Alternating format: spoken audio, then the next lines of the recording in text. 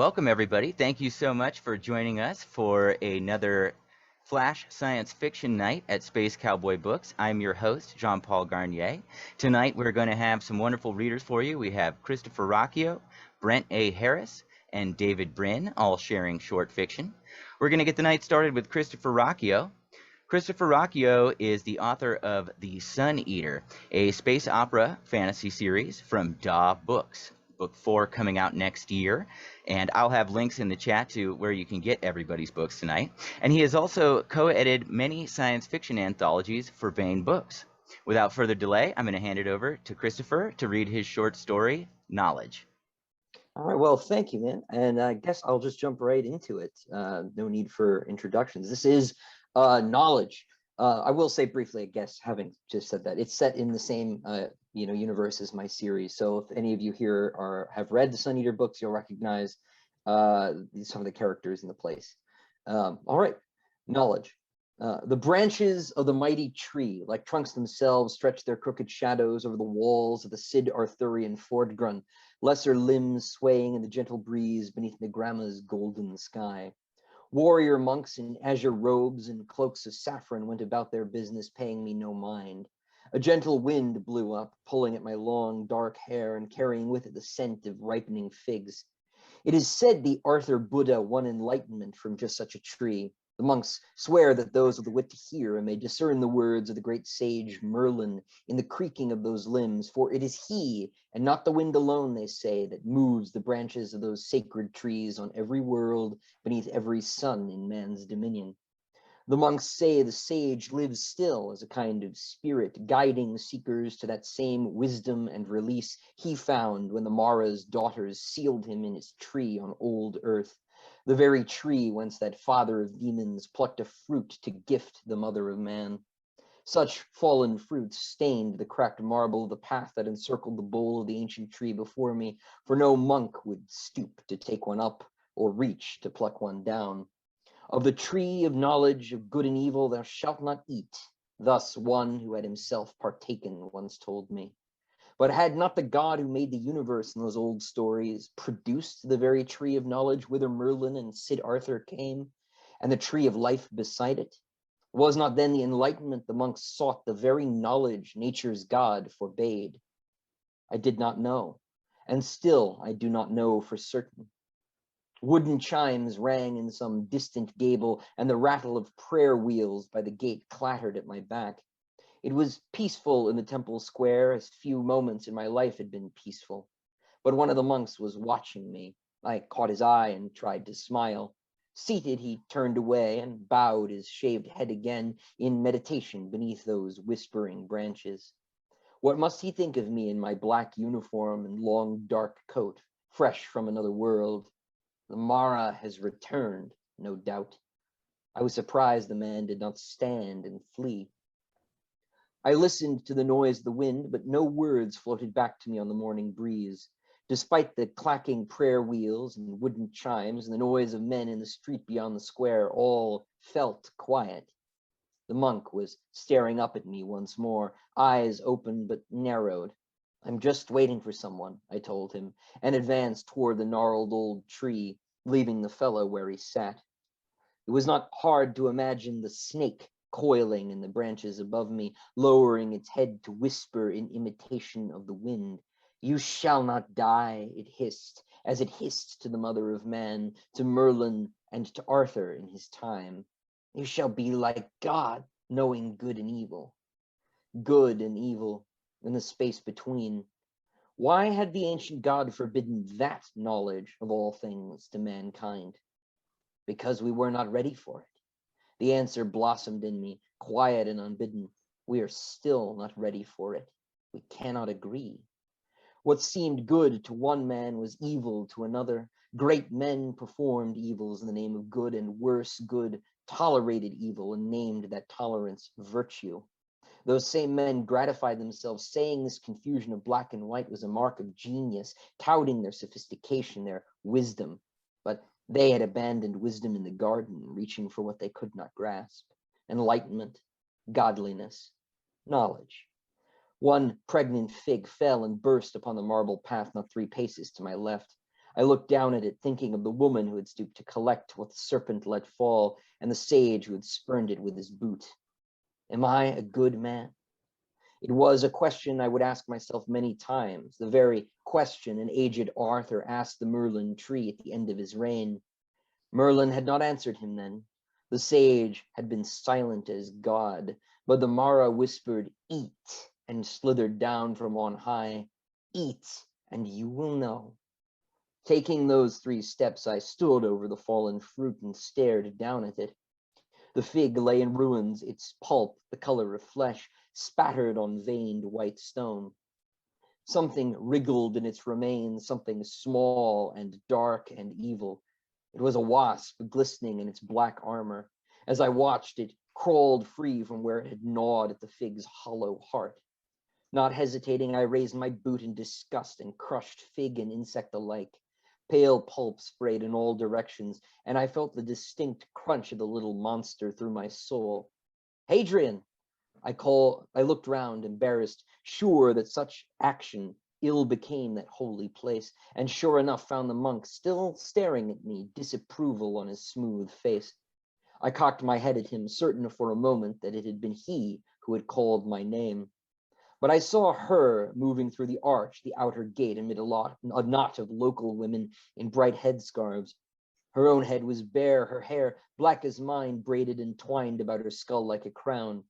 A blue ribbon shone in that braid, and her eyes lit as she approached. "Jinan," I said, and raised a hand. "I wondered where you'd gotten off to," she said, hurrying to join me. "What are you doing?" I looked back up the tree. The wind was blowing again, but it brought me no wisdom. "Waiting for you," I said. "We meant to explore the temple together, to spend the day, just us 2. I scraped my shoe clean on the cracked stones, hoping not to draw her eye. She accepted this with a shrug and a nod. "Right then, where to first?" "I don't know," I said. Knowledge would wait. I chose life instead. And that's the end. Thank you. That was Christopher Ruocchio with his short story, Knowledge.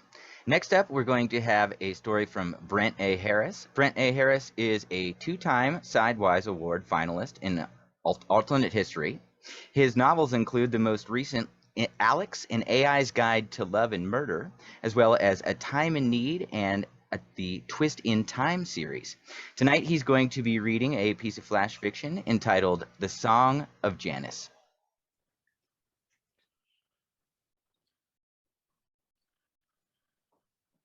Hello, everyone. Just making sure I'm on.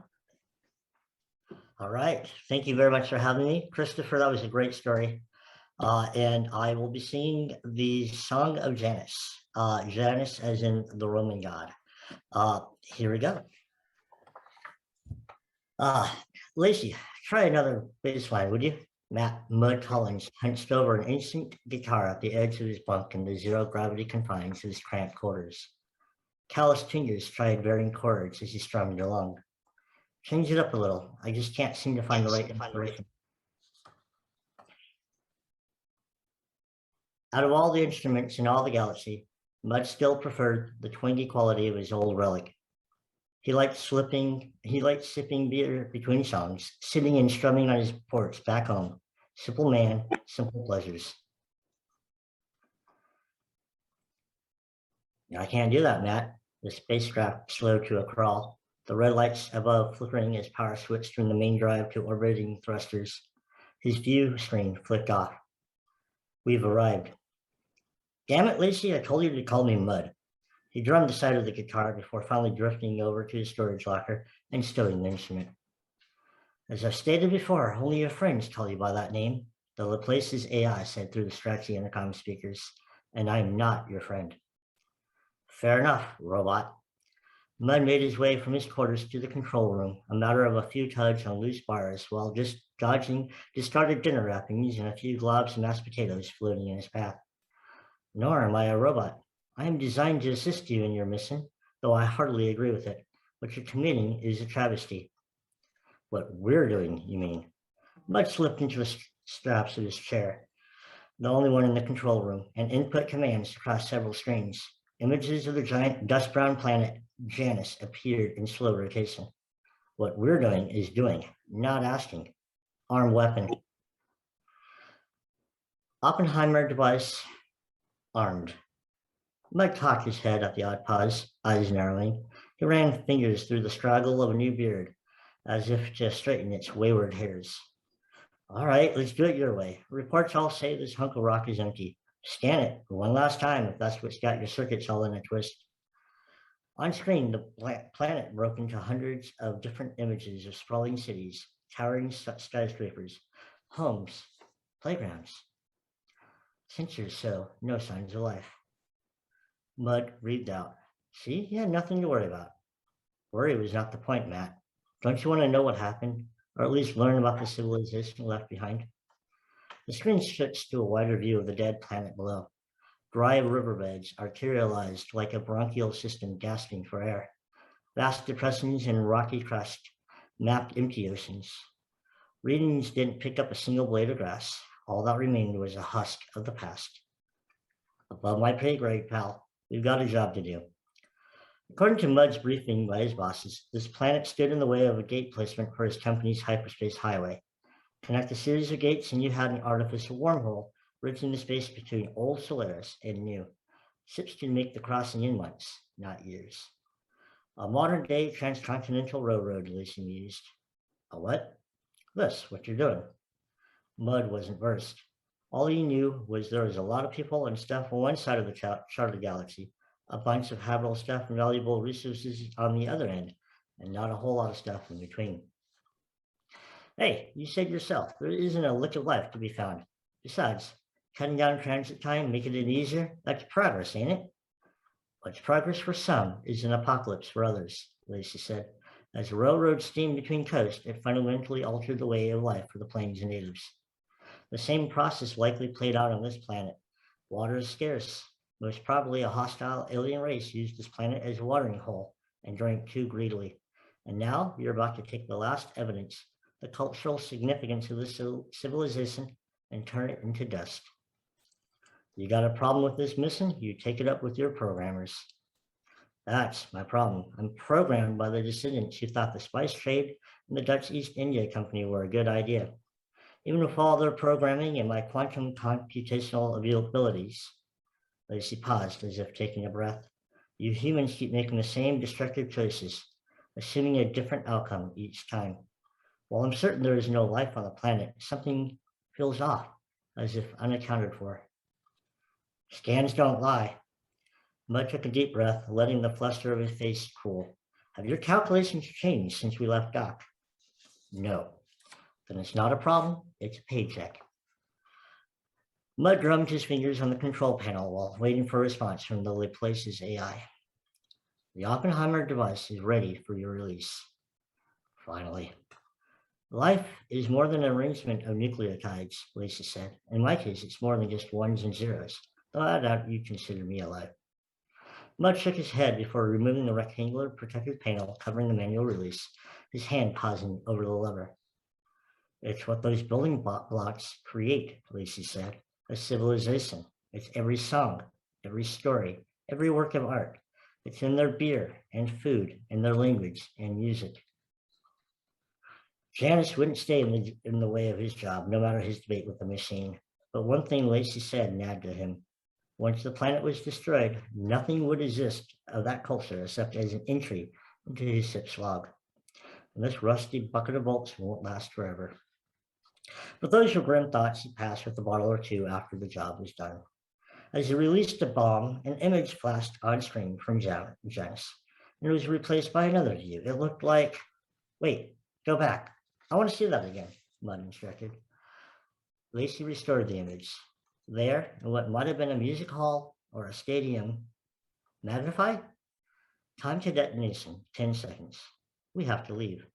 Magnify, damn it. The image coalesced into a long neck stringed instrument sitting on stage. Next to the instrument was a stack of papers, each one filled with notations. I'll be damned, Mud said. Looks like a guitar. And a song we'll never hear. I'm sorry, Mud said. You were right. That is no longer relevant. We must leave now. With that, the place burst away from the planet. as it blew into dust. What do I do now? Mud asked. Lacey unlatched the door to Mud's locker. His guitar slowly drifted out. Mud eyed it until the answer came. Write a song to remember them by. Thank you very much for listening. You said it. Thank you. That was Brent A. Harris with The Song of Janice. And Brent is joining us all the way from Italy, so it is the middle of the night for him. Thank you for coming tonight, despite the inconvenience, Brent. Next up, we're going to have David Brin. David Brin has won just about every major science fiction award, including the Hugo, the Nebula, and the Locus. His many novels include one of my favorites, The Postman, and the Uplift Saga, which has been recently reissued. In the link in the chat, you'll be able to find that there. And he's going to be sharing a story with us tonight called Guess Who the Pommy Bastard Is. On to you, David. Hi, all. What fun, you all. And how do I follow a couple of really brilliant acts like that? You guys write really well. I'm going to mention I have a comedy out this year called The Ancient Ones. I have a nonfiction book about science fiction in Hollywood called Vivid Tomorrows. But what at least one of you out there is interested in is my YA series that's set at 29 Palms High School out in the desert of California, where aliens kidnap the high school and come to regret it. That's one of my YA series, but I'm going to read to you an opening scene that I wrote for another of my YA series. High school isn't kidnapped. Instead, kids are asked from across time to come into the future and help the future. I have a number of different young authors writing in that universe, but one of them was having a hard time getting started, so I dashed off this opening, and it should be self-explanatory. I hope so. I shouldn't love this so much, Charlie thought, watching the armored train burn. Boy, that's a great start. I shouldn't love this so much, Charlie thought, watching the armored train burn. This is a righteous war against imperialist oppressors. That's what Papa says. But even if that's so, angels and the Lord won't approve of my enjoying it. Charlie felt the conflict in his heart and wished he could rejoice over this successful ambush, sending the British locomotive and its cars toppling off the rails.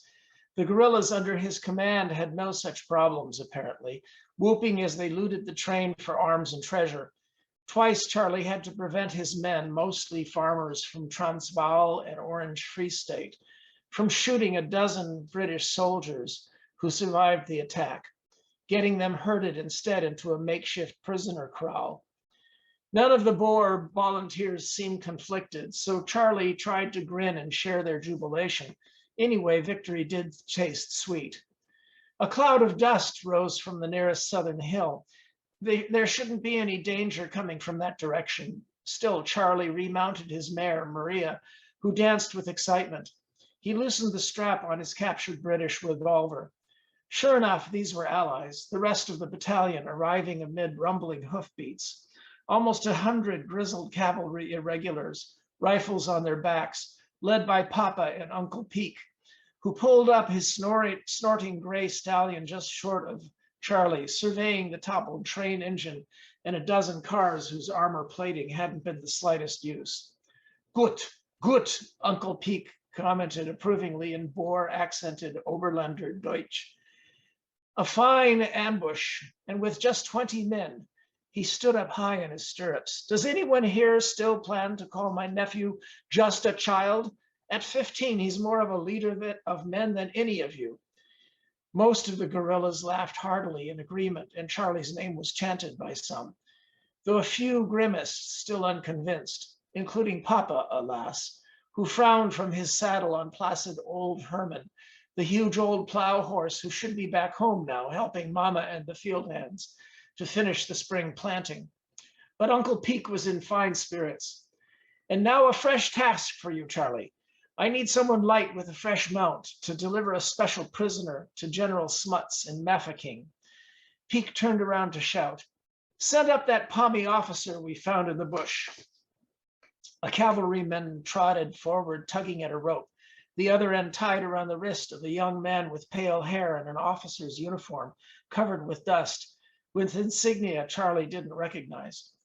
A wily devil, this one, Peake said. He got away from your ambush and past your men, ducking through gulches and gullies, running like a demon. Knocked one of my fellows off his mount and stole it, then dodged us for an hour. It's one reason we were delayed. The British man coughed on dust before getting his voice. I am not a soldier. I am an accredited war correspondent. More like a lord with that foppish accent, Peake laughed, gestured for the cavalryman to pass over the rope to Charlie, who frowned at it, then turned to summon a second mount for the prisoner. We'll be faster this way, he said, in a voice that he hoped would be stern enough to quell dissent, but Uncle Peake shook his head. No, this fellow is much too wily and too good a horseman. Strap him like a pack behind my nephew. Oh, don't fret for him, Charlie. It's only 10 miles or so. He'll survive, maybe, with only some cracked ribs. Again, rough laughter, and Charlie knew better than to complain. There are times to take a stand, and this isn't one of them. Still protesting feebly, the Englishman was thrown across Maria's rump like a sack of grain and tied in place behind Charlie, who soon nudged Maria along at a canter, leaving behind the smoke of the burning train, heading east through low hills toward the main Boer army advancing into Natal. When gunfire erupted behind him, he prayed it was in celebration and not the execution of prisoners. I know how to use this, so don't give me any trouble. Charlie brandished his Webley revolver before the face of the prisoner, who lifted his head to stare blearily and then nodded.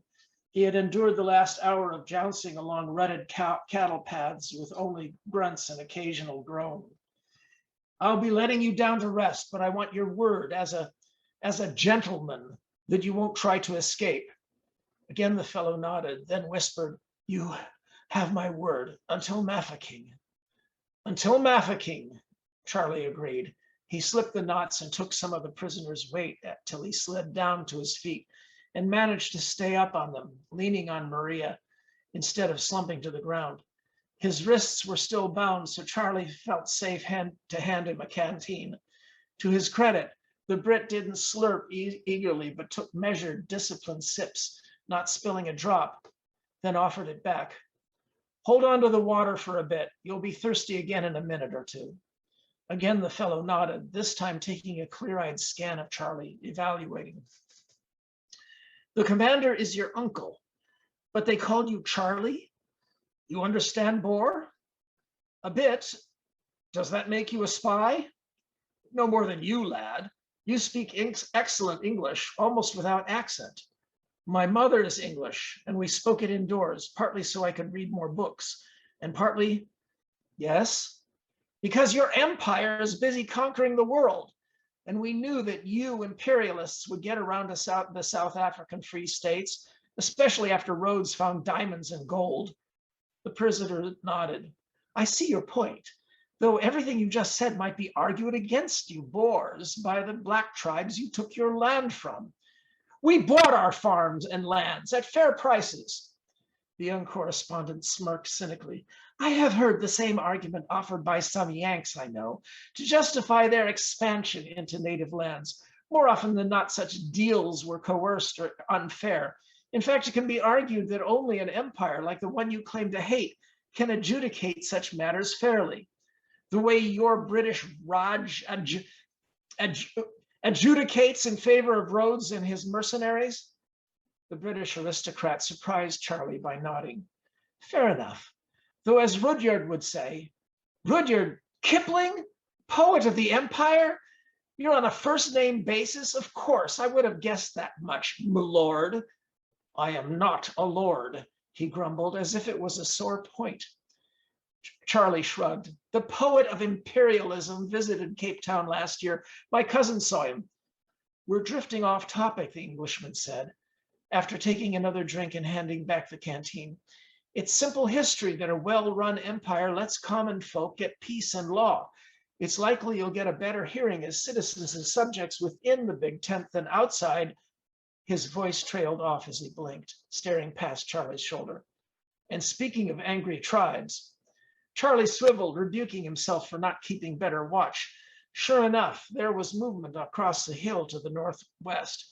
Squinting against the sun, he made out dark shapes clustering and pointing down at the two of them. The Zulus have been mostly neutral in our white man's war, but if they're Swazis, British allies, the prisoner agreed, clearly weighing his options. And so we test the word of an Englishman, Charlie commented, not even moving a hand toward the Webley. With a sigh, the prisoner nodded. You can count on mine, until Mafeking, in which case hadn't we better get out of here just in case? Squinting, Charlie saw at least 20 men unlimbering rifles, perhaps just one of the observer teams sent by King Dinzulu to watch the Boer British fight, but staying officially neutral. But even they could be dangerous since the Zulus had plenty of reasons for grudges. And if they were Swazis, I'm going to let you ride behind me. Only remember, a war correspondent with a great story to tell is much better off than one who I shoot through the heart for breaking his Pommy word. Charlie leaped into the saddle, then leaned down to help the prisoner get aboard. You know, the Englishman commented as he mounted, grunting a little in pain as his wrist rope was tied to the saddle in front of Charlie. You know, in 6 weeks, we start a new century, the 20th. I always hoped it would turn out to be much better, wiser. Then Charlie dug in his heels and then they were off, amid shouts from the hilltop behind them. Gunshots followed. Definitely Swazis, he thought. And glancing back, he saw pursuers running on foot, but they're among the best runners in the world. Sprays of dirt erupted just in front of them. They're good shots too. Burdened as she was, Maria wasn't gaining much ground, especially when Charlie sent her zigging and zagging to spoil the rifleman's aim. And so Charlie failed to notice at first when a disturbance took shape some small distance ahead of them. It took a nudge from his passenger to make him look ahead at what seemed like a dust devil or a water spout or a midget storm. Maria whinnied in pain and stumbled. She's been hit, shouted the man behind Charlie, too close to his ear. So it may have been a ringing from all that and the gunshots that made him hear, or think he heard, a voice emerge from the widening tunnel ahead, calling his name. Charles Mayer. Bullets struck the left and right, and a refuge is a refuge, he thought, letting Maria's instincts plunge them into the gaping tunnel. Now, there's more. I could read about 50% more, but I think we're out of time. In any event, you get the idea that Charlie is going to be one of those kids from across time who gets summoned into the future to save the day. And why not adults? That's part of the story. Awesome. Thank you. That was David Brin with Guess Who the Pommy Bastard Is. Before that, you heard Brent A. Harris with The Song of Janice. And before that, Christopher Ruocchio with Knowledge. You can find all of their books, many of their books, at the link in the chat I sent there. They're all wonderful novelists as well as short story writers. So thank you to our readers tonight. Thank you to our audience. And join us at our next Flash Fiction Night, which will be September 7th. We'll have featured readers Kat Rambo, AC Wise, and Erica Campbell. So it's bound to be another wonderful evening. Thank you all so much for joining us, and we hope to see you next time.